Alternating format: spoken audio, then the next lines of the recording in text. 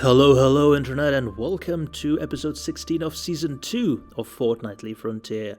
I am your host, Darinator, and I'm joined with me by only my new good friend, Maya. Mr. Lucinity is not with us, but we will have to make do, won't we? Yes, we shall. Apologies for having a 3-week break again, but we didn't want to release an episode mere minutes before the anniversary live stream and the potential release of 2.0, both of which happened, so here it is. Here it is. Otherwise it would have been a bit weird. You'd be listening to us going, "Oh my god, I can't wait for this thing to happen," and then you'd be like, "Oh, but it's already happened. You guys, how boring." So yes, exactly, and then you'd have to wait another 2 weeks for us to give you any of our thoughts on it. So us being lazy and not doing anything for a week is actually us doing you a favor. Yes, indeed. And what was the anniversary live stream like? Dude, I was on the edge of my seat for the entire evening. I Yeah. was busy waiting for that PTU launch through all that cringy back and forth. Oh man, the production quality rivals none other. It's crazy. Yes. Nothing like a CIG stream to humble you, man. But man, it was great. I loved it. There were many posts on the website, including the schedule for ship release. Did you get any ships? I haven't gotten any ships. I've got my eye on the Origin Jumpworks 350R Racer variant because I have a 325A. I don't really use it, but I really like to race, and I'd like to see what the 350R is like in 2.0 because I've been doing some testing and stuff like that in the Omega. I'm really loving how the IFCS works now. It's so different from what it used to be.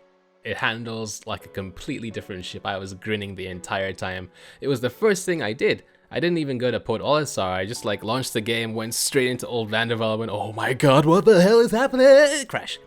It was great. Well, actually, this is a discussion for a bit later on. We're still discussing ship sales right now. I got the ship that I've been talking about for the past god knows how many episodes. I melted my tally, and I cross-chassis upgraded my 315P from a very, very ancient Pathfinder package to the Carrack. You got that crack. I got the crack, and then, of course, I had to get the Archimedes as well. I had to get the Archimedes as well, man. And that also sparked some controversy on Reddit this morning. Some guy, I cannot recall his name, he brought up a post saying, "Oh my god, with all these really cheap ships going out with LTI, you've kind of screwed the pooch here, and now LTI is just gonna be what's the point?" And so I think everybody now is on the general consensus that they would rather if everybody who's ever bought a cash ship should just get LTI, and then moving forward, any ships that are bought in game with UEC should just then have the normal insurance, because they feel that LTI has kind of lost that kind of edge. I mean, it's gonna get CIG some sales coming up, towards these anniversary things, because you can get an Archimedes for I don't know what the regional equivalent is wherever you are, but I got it for $36, which is basically the base $30 price plus 20% VAT. Yeah, it was £24 here, $19 base price, and then the VAT added onto that. And that is a ship with LTI, which you can use to cross-chassis upgrade, and you keep the insurance, no matter what the insurance of the new ship is. Exactly, but it's that cross-chassis upgrade LTI deal that's gotten people up in a tiz. And I'd like to see if CIG actually responds to them and addresses the issue, or just continues as it is. The Archimedes isn't for sale anymore, is it? Is it not? No, it was just a one-day thing. Oh, great. I'm so happy I got myself my Archie then, because, man, I loved racing in the Merlin with you. We were racing Merlins the other day, playing hide and seek, all that kind of stuff, trying to stretch 1.3 out before, 2.0 came out. And it is such a drift machine, that thing. It's a crazy boat, but I love it because it added that little bit more, of a skill factor that you just didn't get with any of the other ships in 1.3. So, more of that, please, but, with the Archimedes, so I can be the Silver Surfer as well. But the Archimedes, have you checked the stats on it? No, I'm not much of a stat buff, even though I really should be at least look into the details and stuff like that, so I can actually be able to hold some kind of, educated discussion about it on a podcast, but yeah. It's lighter than the M50 and faster. It's lighter than the M50. That would make it faster. I guess it depends on the engine. It has, the M50 has two TR2 engines. Yeah, twin hammer or something. I remember from the trailer. Yeah, they're called the hammer engines because they strike hard.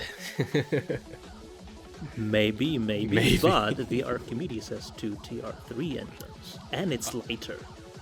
Oh, okay. TR3 engines. I can't remember what the Origin Jumpworks 350R has. It has hammer engines as well. I don't know what TR it is. Is it 1? Is it 2? Is it 3? I'm guessing it's a TR3 because it is a much heavier ship, but the Archimedes is much lighter. And yeah. I don't know what that's going to be. It's going to be, I don't know, like a top fuel dragster or something. There is a special feature that they were talking about with the Archimedes, in that, you know how, and I'm sorry for changing topics with ships, but you know how the new, the Avenger variant, the Warlock, it's a massive ass EMP game-changing, oh my god, it's gonna blow, kind of a mechanic. There is a special mechanic that they're adding to the Archimedes, in its boost function, in that it charges a boost and then kind of like goes and then goes, but it hasn't been implemented yet. Yeah, because it has a special intake in the nose instead of the minigun which the Merlin has. Yeah, I'd really love to see more on what they actually meant by that. It was really brief. He was like, yeah, it's got some special boost function. You wait to see it in the verse. But yeah, I can't wait to see more special kind of perks and effects that ships have, Yeah, More agreed. character. Agreed. But yeah. Ships, there's still sales going on. 1,000 auroras, the very rare auroras each day, I am led to believe, and that is on top of each ship. For more information, if you're watching this in time for the sale still to be on, click the link in the doobly-doo below the video, and that'll take you straight to a list of all the ships currently on sale. There's many ships on sale each day, so get them while they last. Get yourself a crack. A crack, yes. Get yourself some crack. Get yourself some crack, like I did. I can't wait for that ship to be in game. I'm not gonna be doing When do you anything reckon? else. When do I reckon? When do you reckon? Well, they have said, Sandy said, I think, now that Gurmok is done with the Archimedes, he's going back to the Carrack to do the interior. So, but I don't know whether that's just going to be the concept or white boxing already. White box, I see. I would put my money on white box, perhaps. Who knows? They have spent a lot of time on. I don't think the Carrack is something that features in Squadron 42, which would mean that maybe it might take a bit longer to come out. But the Archimedes doesn't feature in Squadron 42 either. Yeah, but the Archimedes is really a carbon copy of the Merlin. They really didn't have to do too much in terms of like the chassis or anything. They just had to pluck off a gun, resculpt the intake, and I mean, have you seen the two white box well, not white box, but gray box comparisons between? I actually did that one. Yeah, they don't look too different. No, it's basically just the wings, the tips of the thrusters, and the intake. Yeah, that's the only difference when it comes to outside visuals. Yeah, apart from it looking like a gleaming, silver sword with like gold prints, and oh my god, I'm almost disappointed that it's only got one seat, because it would be the ship to chauffeur some VIP around. If it had an extra seat, it'd be like a Bentley or something like that. Yeah, I agree with that, yeah. Also, it's small enough to replace the little shuttle thingy in the Carrack or something like that. I see. So, Dodgenator, you've gotten into 2.0, haven't you? Well, you've been in there since it came out, because you backdoor vermin, you. I don't know if we should talk about this on air, but why not? Okay, yeah, I haven't gotten an invite, but I have been playing, yes. Yeah, it's not really. I mean, it's more CIG's mistake than it is yours. I mean, honest mistake. Oh my God, the PTU is out. Oh my God, I can copy my account over. It does it. It's not your fault. I mean, CIG copied it over. It's not like you could do that manually or anything. True, true. They did accept my request, and then I logged in and updated to PTU before they were able to realize what they had done.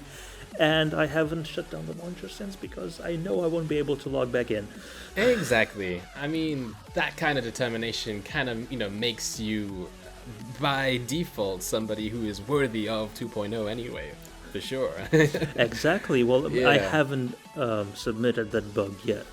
Ah, well, I mean, I don't really suppose that that's too much of an issue, especially with all the crashes and stuff like that that are happening. Most of the crashes aren't really happening because of anything you do, but because of something somebody else does. Like, for instance, I noticed that when I was trying to take footage with my Mustang Omega, that I would crash out, and possibly crash out everybody else in my server if I was to go into Super Cruise, decouple, face 45 degrees somewhere else, and try and quantum drive while going Super Cruise some other direction. What happens is that my character blacks out, and then I wake up somewhere else like, it's a whole new world, then I crash. I have noticed that one as well. I have noticed a similar bug, which is basically getting out of quantum drive and the ship starts spazzing out so much so that my character blacks out and I'm not able to do anything apart from, well, I'm not even able to activate the emergency self-destruct, so I have to go back to the hangar and then get back in again. I did accidentally interdict a constellation once. That was pretty cool. Like, it must have been going on the same kind of quantum vector that I was, because basically I was trying to stream snipe Bad News Baron, actually. And so, on his stream I saw him going to Yella, that moon with the asteroid ring. Pointed there, went, and all of a sudden I dropped out, and as soon as I dropped out, a constellation dropped out as well, and I'm like, this ain't Yella. So I pressed the button again and like jumped another 200,000 kilometers, and I got there. It was like, oh wow, so we can actually like almost, I mean, I don't know what the odds are, how big the expanse of that area of space is, but like we managed to like cross paths, drop out of quantum, and then like carry on our way. That was pretty cool. A cool thing that I tried to do was try to figure out the size of Selim. Is that the name? I believe that's the name of one of the moons, right? Selim. Salam alaikum. One of the moons. I got into orbit. On my first attempt, I realized that if you get too close to a planetary body, you die. No, really? Yes. How close? Not that close. About 400 kilometers. Do you have to touch it? Or does the gravity demon just rip you apart? Yes, it must have been that, because that moon has no atmosphere, so I didn't break up in the atmosphere. But I was able to find the correct distance to, not still break up, but still be very close to it. And I tried to do an orbit. Okay. At Super Cruise. And I got halfway around before I crashed, of course, Why wouldn't you crash? And that took me 8 minutes. 8 minutes to go halfway around? So in Super Cruise, that's like 1,000-something kilometers an hour. Someone else can do the maths, because I'm too busy. That was in the Gamma, which has a Super Cruise velocity of 1,095 meters per second, which is 4 kilometers an hour. Okay. 4 kilometers a second. 4 kilometers an hour. Wow, that's some pretty fast spaceship you got there. Yeah, I had to get out and push. I ran out of fuel. But yes, 4 kilometers a second. And then, considering it took me 8 minutes to do halfway around, it'd be 16 minutes to go full way around, which kind of told me that I was on a sort of in an orbit of a diameter of around 1,100 kilometers, which is quite a respectable moon. That's no moon. What is it then? Jeez. Oh wow, we're rambling even more than when the loose unit has. I can't help it. Even the loose unit, that seemed like the. He seemed like the crazy one, the loose cannon. He was actually the the moral fiber, the string of sanity holding this stream together. It is. And he doesn't have access to 2.0, unfortunately. Doesn't he? No. Well, even if he does, I don't think he'd pay attention to it, because even I'm getting very low frame rates. I have noticed something with the frame rate issue for 2.0. 2.0 at the moment, the default server is B59 or something like that. 49, yes. Yeah, B49. But if you keep jamming F, every single time you hit F while talking to your elevator, the first instance always B49. Next time around, it's not B49, it's like C55, then A13. And so you just like go down the line until you find one that, you like. That's basically not B49. And I found that the frame rate was on par with that of my hangar. Oh, really? Yeah, it was actually really smooth. So just basically go to an unpopulated server and you'll get frame rates. Yeah, just don't go to the one that everybody else is going to go into by default, because it's the first one on the list, and then you're golden. That is something they'll need to look into, yeah, because I've been quite annoyed with that. And I suppose fewer people being on a server means that the game will also be more stable. I suppose, yeah. I mean, I learned that trick when I was watching Baron's stream, and he managed to be in on the game, on the server for half an hour uninterrupted, like 2 massive missions. Wow, okay. Yeah. As opposed to going to B49, going to the job well, getting trampled by 20 other sweaty green men, and then crashing out before you can even see your ship. Yeah, I've done that so many times already. I've been trying to play. I have actually several 2-hour-long streams behind me, and it's basically 5 minutes of gameplay, 5 minutes of loading in. But you see, you could cut them out and then upload them on YouTube, and people would be like, oh my god, this game is amazing. He didn't crash out once, Yeah, but what are these mysterious jump cuts right back to the spawning area? Teleporting. Yes. Damn it, Scotty! Damn it, Scotty! I don't know what accent that was, but it's my damn it, Scotty accent. Yes, 2.0 is quite exciting, and as soon as we're done recording this, I'm going to go back and try to find an empty server so I can fly around in peace. Oh yes. I know that the new Constellation model tends to hang about on the Port Olisar, on one of the landing pads. It just spawns randomly. No one calls it because no one has it. But you can see it and like go into it and take it and go with friends and stuff like that. This is what I'm getting from watching Baron stream, and sorry for plugging Baron, but it's just the stream I've been watching, and he is a fellow testy. Why not? He is a fellow testy, so yeah, bad news, Baron, yeah. It's been interesting. I've been watching people, like, not just Baron, but a bunch of people, like, stream and stuff like that, and the things that people have been doing in-game, like, I'm just so happy that it's now more of a game than it used to be. I mean, yeah, don't get me wrong, Arena Commander and all the Battle Royale modes and stuff like that, those were, modes, cut and dry, kind of like, you do this, you're done, here are your points. But now it's like sandboxy and, almost like immersive. And you can do whatever you want to do. Like, for instance, like you can, let's say some guy gets his Retaliator and he wants to like fly about. You can, because, alpha is alpha, you can EVA to one of his turrets, then enter his ship by pressing use outside the turret, get into the turret from the outside, and then run into like a storage cupboard while he like takes off and does his thing. And then he can then like fly off to, people generally tend to go to the FPS place because they want to get the rifle and shoot other people. While he's doing that and you're stowed away, the engineering panel for that ship is actually in the back of the ship.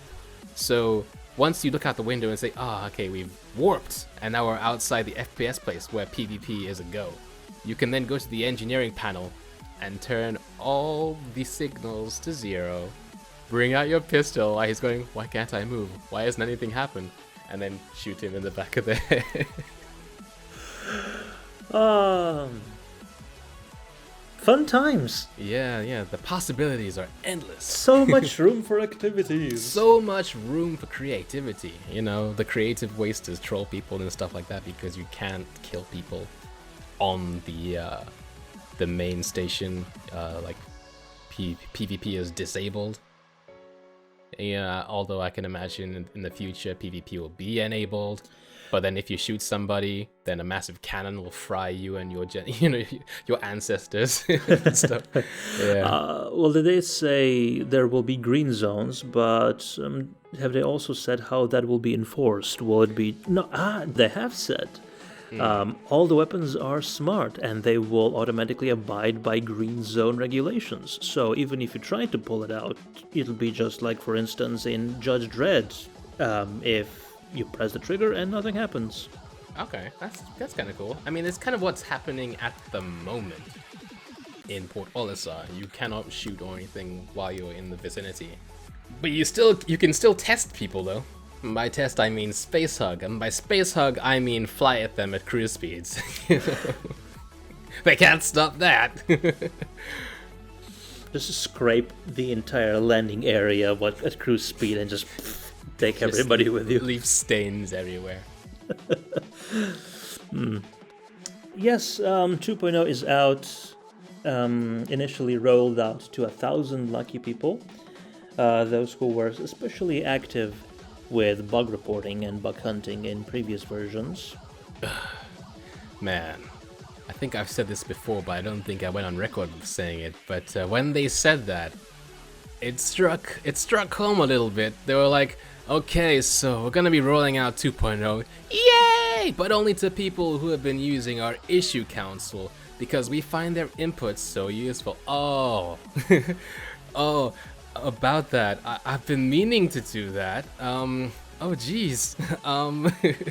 Yeah, so basically they called me out and they were like, yeah, you're not a real alpha tester. You don't deserve to play that alpha game. You don't deserve to test this stuff. I was like, oh no.